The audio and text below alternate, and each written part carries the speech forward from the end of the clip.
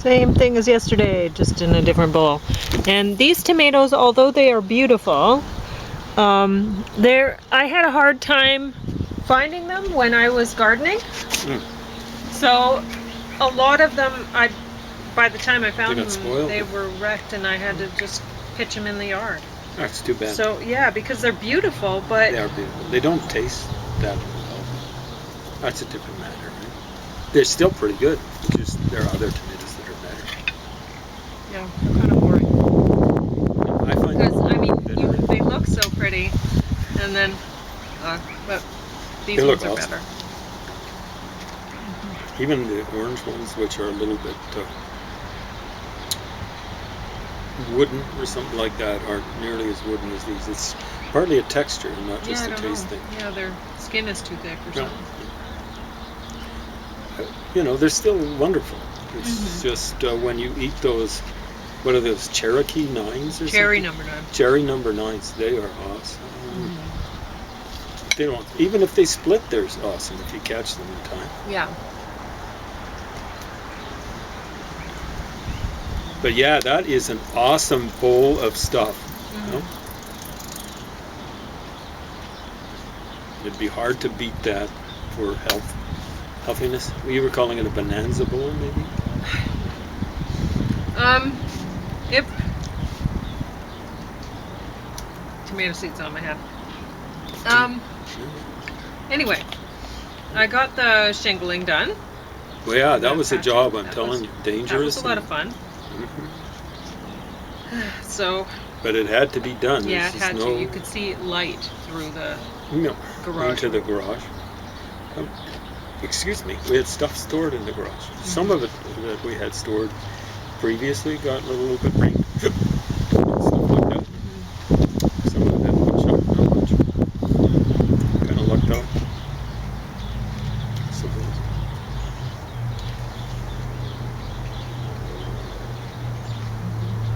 So I'm eating to a large extent leftovers. Some extent, I would say large extent. Leftover waffles from this morning. Wonderful, looking forward to it. Leftover syrup, using the last of it. That's why I'm holding it here. The corn is not left over. That's freshly made, freshly prepared. And the tomatoes have been put there since this morning because I finished off those tomatoes. Those potatoes are left over, I think, from this morning. So that's why Pauline didn't concentrate on this stuff on my dishes. It's more of the same. That's not to say it's samey. It's pretty darn good. But I always ask him, how many waffles do you want? I always say 2. 1 or 2. He always says 2. Yeah. And then I save them. He only eats 1. Well, I ate more than 1, a little bit more than 1 this morning. Okay. And then I saved it for later. So I've got stuff to look forward to. You always need them. So it's awesome. It's good. The waffles are good, warm, hot, or cold. Not that it's that cold out right now. It might actually get up to 20 today when the sun peeks out.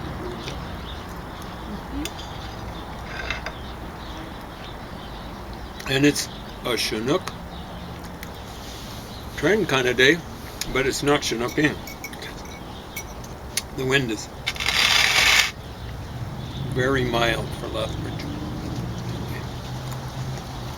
I was worried when Pauline was up on the roof, right on 11:30. The wind's starting to rush, but it didn't even gust. Yeah, like James said, I think this bowl should be called Buddha's Bonanza Bowl because although the show Bonanza might sue, I don't think they would. They're nice guys. But it's a Western sort of thing. Paul Cartwright, Hoss, Adam, what was his name? Purnell Roberts or something like that? I don't know. Dan Blocker played Hoss, and Michael Landon played Little Joe. I think Michael Landon was a bit of an athlete. when he was younger. Maybe something like a championship hurdler. Not hurler, but hurdler. Interesting. Something like that. Dan Blocker, he might have been championship blocker in football. I used to identify with little Joe because I was a younger brother. But he was way more impulsive than me. That's the way young guest brothers are, not middle brothers like me. And I always found the oldest brother, Adam, I guess his name, a little bit of a stuffed shirt, at least the way he was played. But then, that's maybe what the stereotypical older brother is like. There are, thank heaven, all sorts of exceptions. And the important thing for oldest brothers to realize is they should be trying to break the mold and not be the stuffed shirts that so many of them are. Tend to be very successful in this world. There are exceptions. But they also tend to be quite conservative. There are exceptions. And like I say, it's important for oldest brothers to say, well, I'm going to be one of those exceptions. I'm going to be a nice guy. Anything we heard of, we didn't really listen to the radio. Well, we did. We heard some garbage programs. But nothing of major importance, right? And that's the problem. In this COVID times, what were they wasting Pauline's and my money and our, most importantly, our Chihuahua's money on? What was it they were yipping and yapping about? The yapping classes. I can't even remember. I can remember I was annoyed.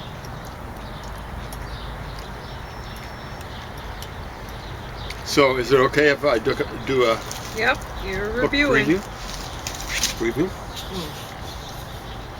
Hopefully I haven't done it. There we go. Look at that closely. Grammar of Misantla Totanic. Might be mispronouncing Misantla, might be mispronouncing Totanic. So this is culture group to be found.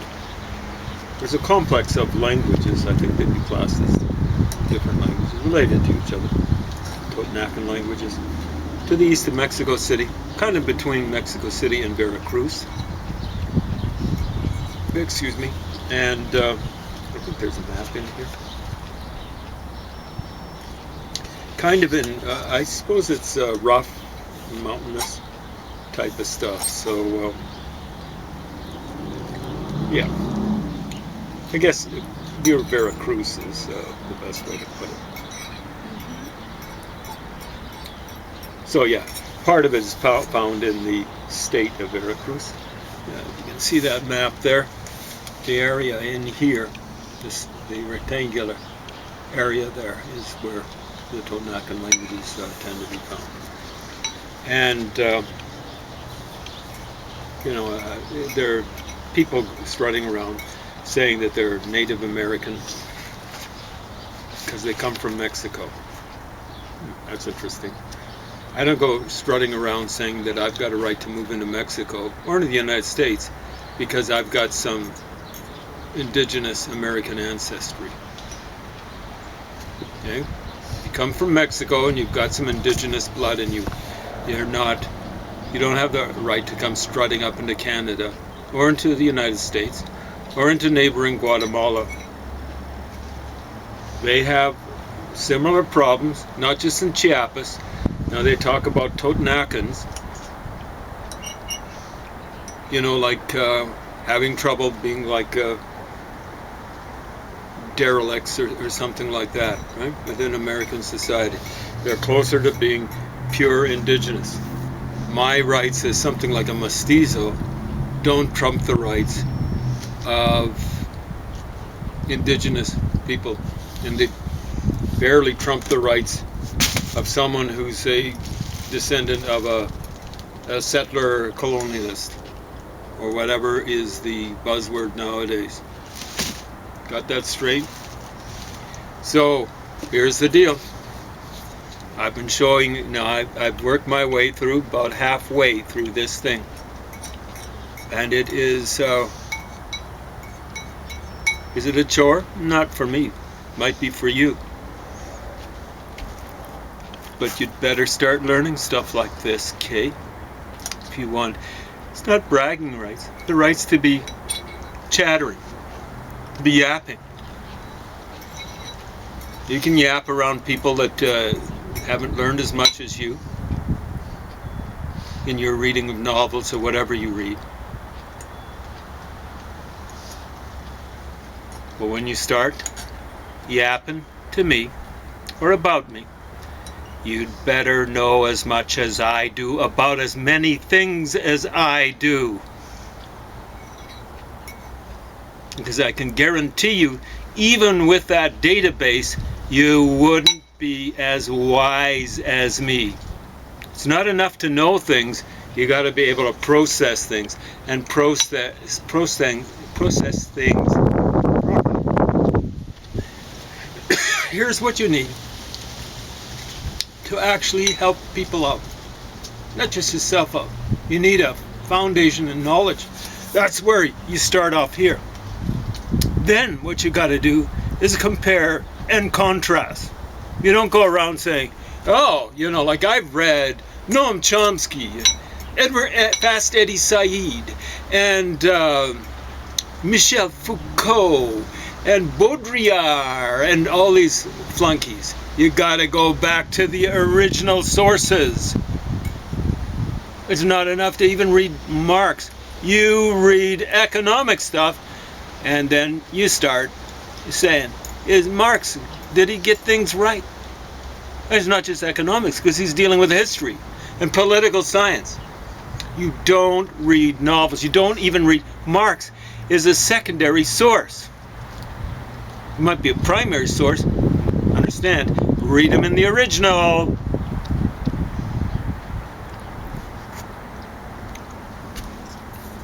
And then you got to have courage. Once you come up with some conclusions. So there's all sorts of stuff that's near and dear to your guys' hearts. And there's stuff that's near and dear to my heart. But before it becomes near and dear to my heart, it gets near and clear to my head. I get things straight before I start, you know, like attacking Zionists. I find out who actually has prior claim to the so-called Holy Land.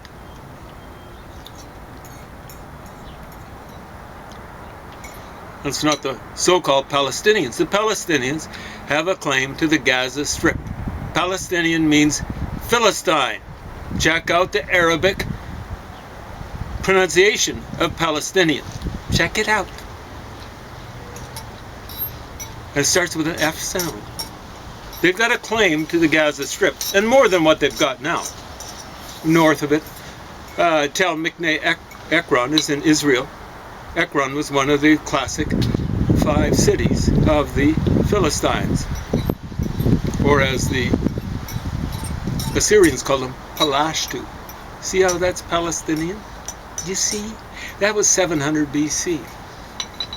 So Tel Mikne Ekron should be part of expanded Gaza Strip. But the West Bank, well, doggy. No. Doesn't belong to the Palestinians. When it comes to the West Bank, Palestinians are, what do we call them here in Canada? Settler colonialists. They've been there a long while. In the eastern part of the United States, whiteys, white Anglo-Saxon Protestants generally, are settler colonials. Doesn't matter that they've been there in Virginia for almost 400 years, maybe a little bit more than 400. Doesn't matter. mere fact that your ancestors have been in a place for a long time doesn't extinguish prior claim. Get that straight. Eddie Said didn't understand that. Fast Eddie Said. Or as I'm sometimes tempted to call him, Eddie Shack Said. Well, he keeps on saying, we were the natives. No. Doesn't matter how many times you say it, Eddie, where you're spinning in your grave or something like that. It doesn't make it true. What were you going to say? Well, not much. I was going to touch on something I was thinking about lately. My sister had her genetics tested or whatever, genealogy. Ancestry, I think. Ancestry, okay. Yeah, that salsa is a little hot. It's got my nose running. She likes it hot. When it starts affecting her that way, it's really hot. It's the sort of stuff that would probably blow the top of my head off. No, I just put a fair amount in the salad, but... Oh, okay. Oh, boy. Yeah, that'll wake you up. Anyway, and James has his tested too, and there's a lot of mixture. Ancestry, there's a ton of stuff. So he's from everywhere, his ancestors. Except South America and Australia. A little bit there. Yeah, all the other continents. Yeah, there we go. Oh, you didn't get any Australian. Somebody in your family's going to have to work on that. Yeah, exactly right. Well, I can't anymore. Because, no, you can't. Stuff they used to treat the cancer just to save my life. Well, more kids. Well, no kids at all. No kids at all. Thank you, doctors. But GPs, GMPs, general malpractitioners. I was thinking of my sister's test, and I guess mine would end up about the same, one would think. I suppose there are differences, but yeah. So you found there were differences between you and your sister? Which genes showed my up dad, and which didn't, so on and so forth. Okay. All right. Well, I guess maybe there would be differences, but... So you might have some South American. I might. Because some of your ancestors... Well, and I should get that tested before I say what I'm going to say then. Because I know I don't mean to be offensive to anyone in my family on the French side, but my sister's genes, it looks like about 50% French. They were saying 40%, but they were saying there would be a range. That was only on this one, on this test. The other test she got, I think it was 56% or something. That's interesting. So. Yeah. But I could ask her. Anyway, sure. It was about half. Yeah. The French in my family. Some of them were in Argentina for a while and came up in the 1800s. And somehow, I don't know how long it took them to come from there to here, well, to Peace Country. But anyway, not just French, pure land. So but the family now,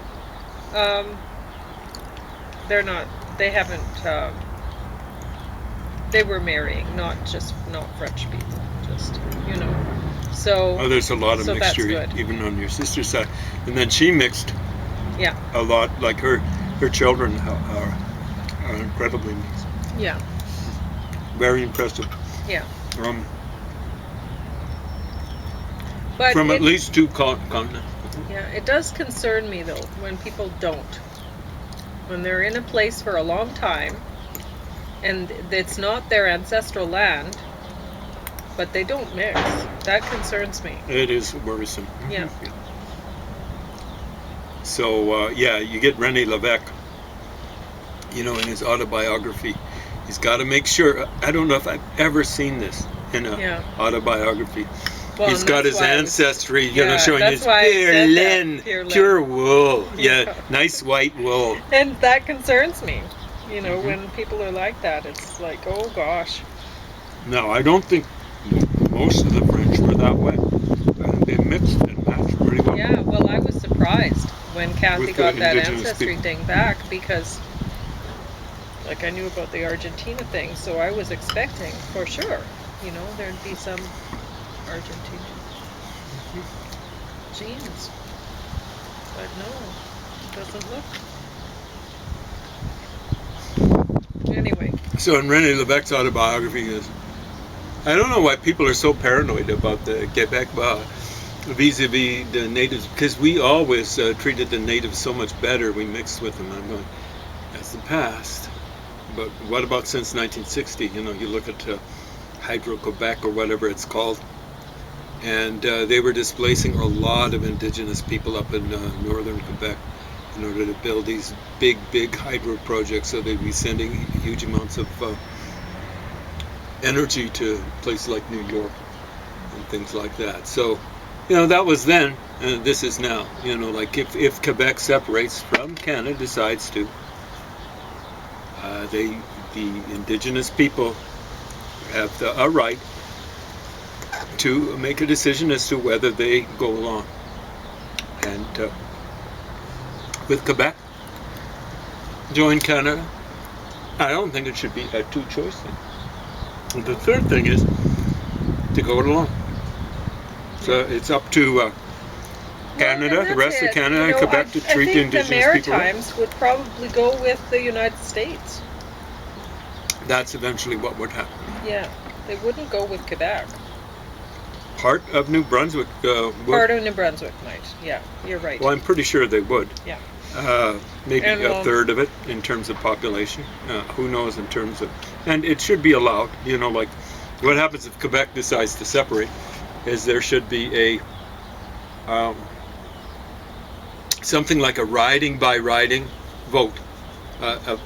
A referendum following that, presumably a Quebec referendum, to see whether a riding would want to join Quebec, stay with Canada, or go it alone. In the case of the Maritimes, go it alone, maybe join up with the United States.